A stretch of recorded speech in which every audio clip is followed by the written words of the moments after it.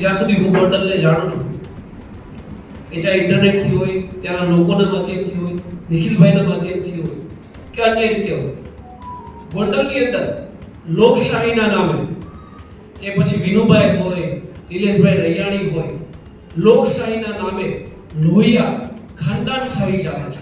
જ્યાં સુધી ગોંડલને હું જાણું છું ત્યાં સુધી ગોંડલની અંદર દાગ ધમકી એવા ખુલ્લેઆમ એવા ભાષણો આપવામાં આવે છે. એક તો આપણે બધાએ સોશિયલ મીડિયા માધ્યમથી સાંભળ્યા હશે કે ભાઈ જો ગોંડલની અંદર કોઈ ઉપસે તો અમારા પરિવારમાંથી કોઈ ઉપસે.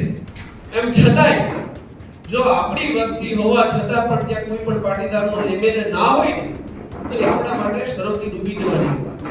અને જો કોઈ વ્યક્તિ સાહસ પણ કરે છે તો એનું પણ લોહિયાળ પરિણામ આપણે જોઈ ચૂક્યા છીએ. એવી પણ ખુલ્લેઆમ ધમકી આપવામાં આવે કે હું ઈ જ છું જે 2008 માં 2004 માં હતો. જ્યાં સુધી હું ગોંડલને જાણું છું એ ચાહે ઇન્ટરનેટથી હોય, ત્યાંના લોકોના માધ્યમથી હોય, નિખિલભાઈના માધ્યમથી હોય કે અન્ય રીતે હોય, ગોંડલની અંદર લોકશાહીના નામે એ પછી વિનુભાઈ હોય, નિલેશભાઈ રૈયાણી હોય, લોકશાહીના નામે લોહિયા ખાનદાનશાહી ચાલે છે. એનો મતલબ સીધો સાદો એ છે કે લોકશાહી કોને કહેવાય? લોકશાહી એટલે કે હરેક વ્યક્તિ પોતાનું અભિપ્રાય જણાવી શકે, મંતવ્ય જણાવી શકે, લોકશાહીની અંદર ભાગ લઈ શકે, લોકશાહીની અંદર વોટિંગ પ્રક્રિયા ઉમેદવારીમાં તટસ્થપણે તમામ પ્રક્રિયાઓ થાય, કોઈ વ્યક્તિ ચૂંટાય જીતે એટલે લોકશાહી કહેવાય. પરંતુ જ્યાં સુધી ગોંડલને હું જાણું છું ત્યાં સુધી ગોંડલની અંદર દાગ ધમકી એવા ખુલ્લેઆમ એવા ભાષણો આપવામાં આવે છે. એક તો આપણે બધાએ સોશિયલ મીડિયા માધ્યમથી સાંભળ્યા હશે કે ભાઈ જો ગોંડલની અંદર કોઈ ઉપસે તો અમારા પરિવારમાંથી કોઈ ઉપસે. જાણે એમની કોઈ પેઢીમાંથી આ સીટ કોઈ મૂકી ગયું હોય એ રીતે. અને જો કોઈ વ્યક્તિ સાહસ પણ કરે છે તો એનું પણ લોહિયાળ પરિણામ આપણે જોઈ ચૂક્યા છીએ. એવી પણ ખુલ્લેઆમ ધમકી આપવામાં આવે કે હું ઈ જ છું જે 2008 માં 2004 માં હતો.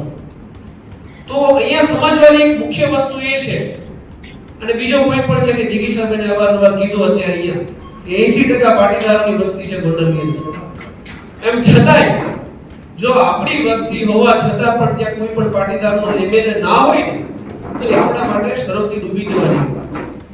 અને હું તો 2022 ની લોકસભાની વાત કરીશ જિગીશાબેન, તમે કહો છો પાટીદારની એટલે કે કદાચ આમ આદમી પાર્ટીમાંથી ત્યાં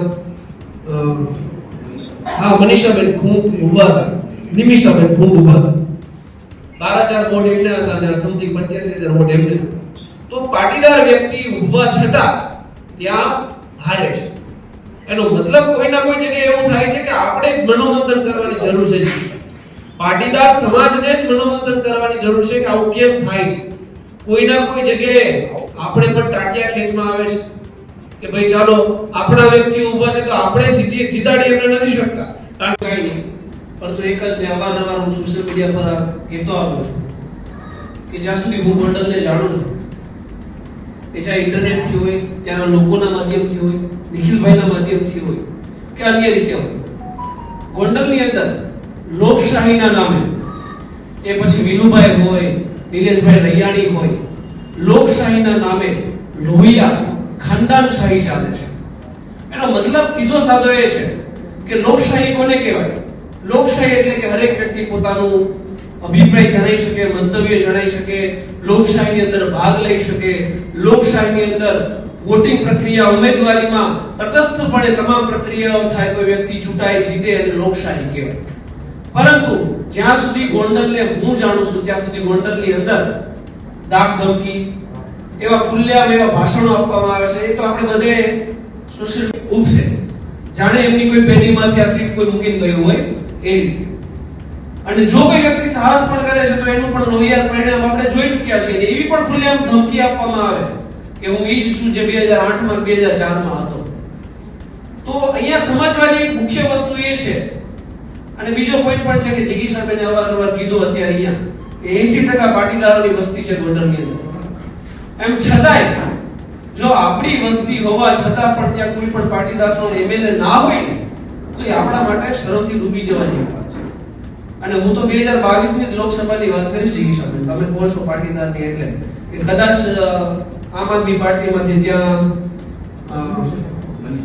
મનીષાબેન ખૂબ ઉભા હતા, નિમિષાબેન ખૂબ ઉભા હતા, 12,000 વોટ એમને હતા અને સમથિંગ 85,000 વોટ એમને હતા. તો પાટીદાર વ્યક્તિ હોવા છતાં ત્યાં હારે છે.